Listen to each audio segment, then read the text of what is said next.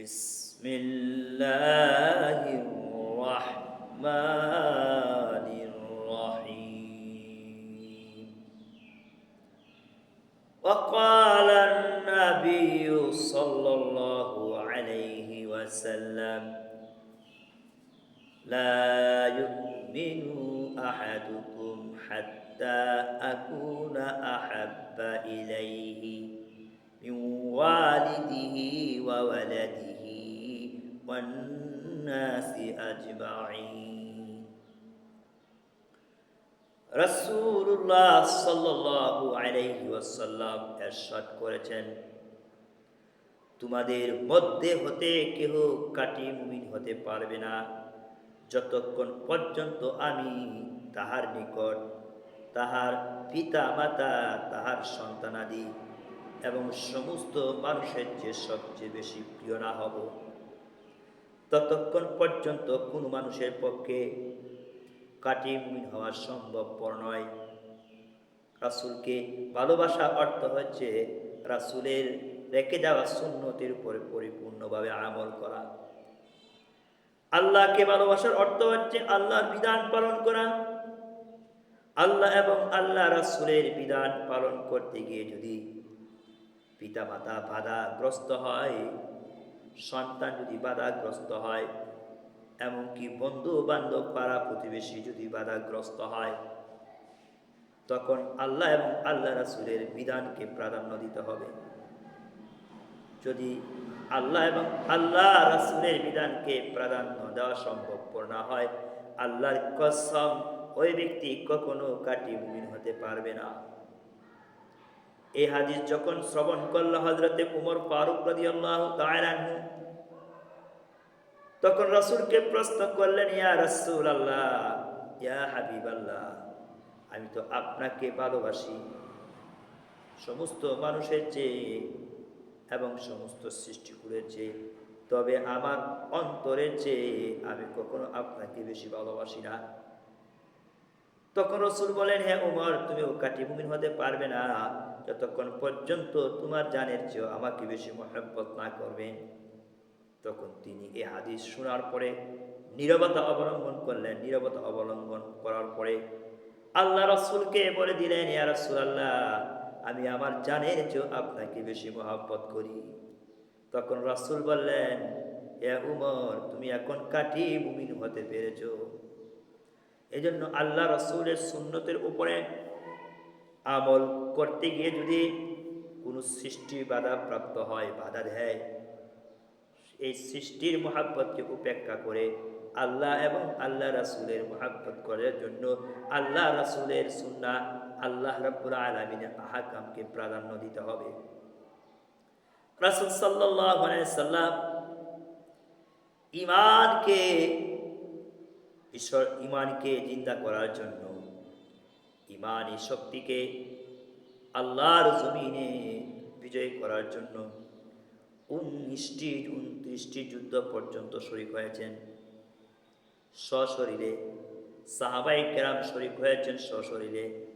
লক্ষ লক্ষ সাহাবায়ে কেরামের রক্তের বিনিময়ের মাধ্যমে মহান আল্লাহ রাব্বুল আলামিন সারা পৃথিবীতে ইসলামকে আলোকিত করেছেন। আল্লাহ নবী সাল্লাল্লাহু আলাইহি ওয়াসাল্লাম উহুদের প্রান্তরে দান মুবারক শহীদ করেছেন। চেহারা রক্তাক্ত হয়েছে। তায়েফের জমিনে তার চেহারাকে, তার দেহকে রক্তাক্ত করা হয়েছে।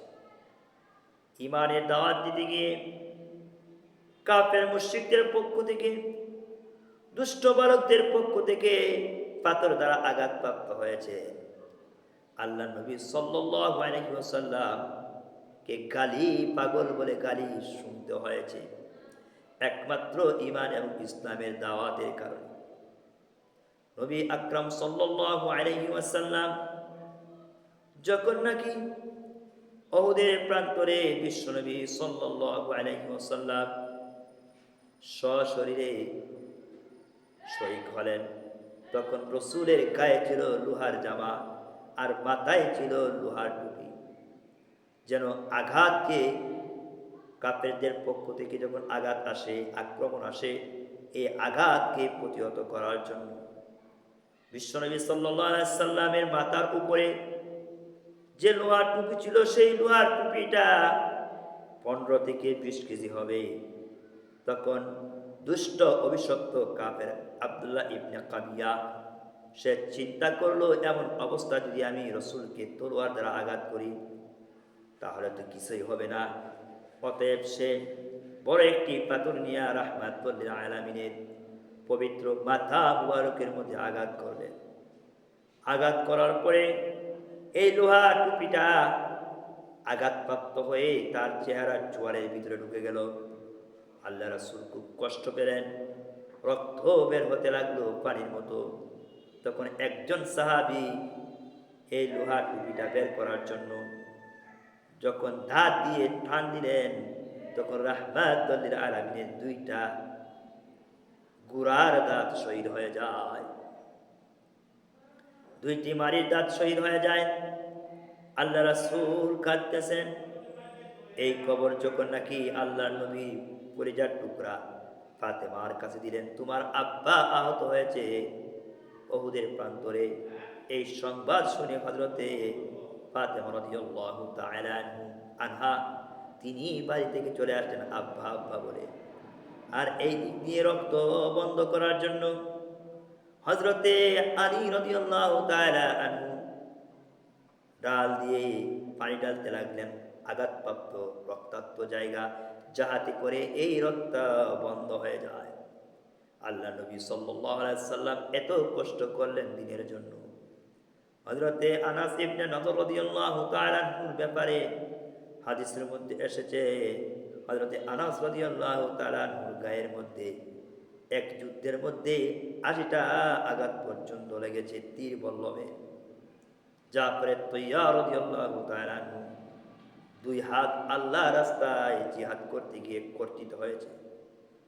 দাঁত দিয়ে পরিশেষে ইসলামের ঝান্ডাকে হযরতে বেলাল, হযরতে জাফর তৈয়ার উঁচু করে রেখেছেন, কিন্তু মাটিতে পড়তে দেয় নাই।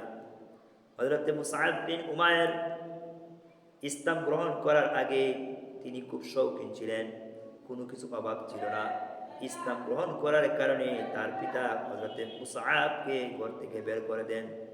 যখন তিনি উহুদের প্রান্তরে শহীদ হলেন, তখন একটি উটের চামড়া দিয়ে একটি পোশাক পরিহিত ছিল। উপরের দিক যখন ডাকা হয় নিচের দিক দেখা যায়, আর নিচের দিক যখন ডাকা হয় উপরের দিক দেখা যায়। এই দৃশ্য দেখে রাহমাতুল লিল আলামিন সহ্য করতে না পেরে বললেন, হযরতে মুসআব রাদিয়াল্লাহু তাআলা আনহু ইসলামের পূর্বে এত ধনট্টশালী এবং শিল্পপতি ছিলেন, কিন্তু ইসলাম গ্রহণ করার কারণে তার সব কিছু বিসর্জন দিয়ে ঈমানের জন্য তিনি একেবারে দরিদ্র হয়ে গেলেন। এই বলে আফসোস করলেন। আল্লাহ নবী কাঁদতে লাগলেন। হযরতে বেলাল, হযরতে খাব্বাব, হযরতে হামজা রাদিয়াল্লাহু তাআলা আনহু ইসলামের জন্য এমন বিসর্জন করলেন যান বলা হয় উহুদের যুদ্ধে কাফির মুশরিকরা হযরতে বেলাল রাদিয়াল্লাহু তাআলা আনহু, হযরতে হামজা রাদিয়াল্লাহু তাআলা আনহু কলিজা বের করে সিবাইয়া সিবাইয়া মুসলমানদেরকে দেখালেন। হযরতে বেলাল রাদিয়াল্লাহু তাআলা আনহুর ব্যাপারে বলা হয় কাফের মুশরিকরা নাকের মধ্যে রশি লাগাইয়া ঘোড়ার মতো টানাটানি করত, কত কষ্ট করত ইসলামের জন্য। এই জন্য আমরা এইভাবে ইসলামের জন্য জানকে বিসর্জন করতে সকলেই প্রস্তুতি থাকতে হবে।